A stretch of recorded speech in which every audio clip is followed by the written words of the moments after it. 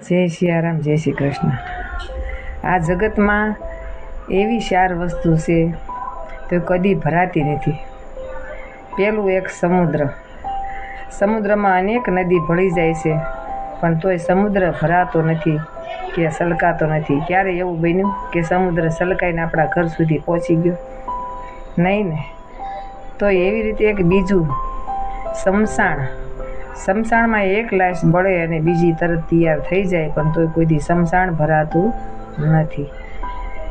એવી જ રીતે કે ત્રીજું આપણી કૃષ્ણા। આપણી કૃષ્ણા કોઈ દી ભરાતી નથી, કારણ કે એક ઉદાહરણ ઓલી સાણી જેવું છે। આપણે અનાજ સાળવાની સાણી આવે ને, એને તમે સાળા કરો ને નાખ્યા કરો તો એ કોઈ દી ભરાતી નથી।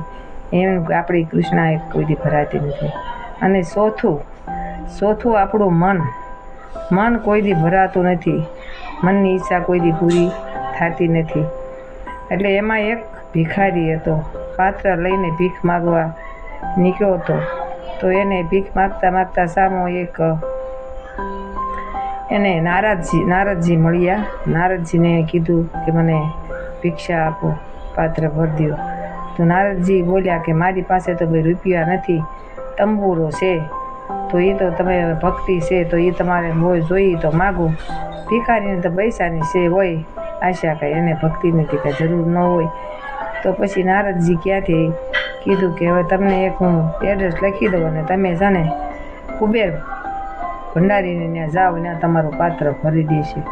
એને એડ્રેસ લખી દીધું ને ભિખારી કુબેર ભંડારી ત્યાં ગયા।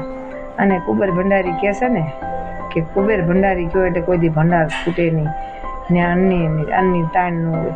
પાત્ર લઈને ત્યાં ગયો અને પછી કુબેર ભંડારીને કીધું કે મને નારદજીએ મોકલ્યો છે ને મારું પાત્ર તમે ભરી દો। તો કુબેર ભંડારીએ કીધું કે એટલા પાત્ર માટે અહીંયા તે એટલી બધી કષ્ટ ભોગવી, કાંઈ વાંધો નહીં। પાત્ર ભરવા મળ્યા, ભંડાર ખૂટી ગયા, પણ પાત્ર ભરાતું નથી। ત્યાં નારદજી આવ્યા અને કીધું કે તમે આપી દીધું ને તો સારું કીધું। હું આપી દીધું બધું, ભંડાર ખાલી થઈ ગયા, પણ એનું પાત્ર ભરાતું નથી કે હોય નહીં।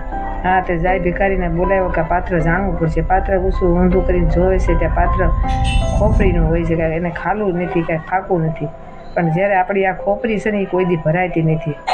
એટલે મિત્રો, આ ખોપરી જેવું કામ છે। એટલે 4 વસ્તુ કોઈ દી દુનિયામાં ભરાતી નથી। જય સિયારામ, જય શ્રી કૃષ્ણ।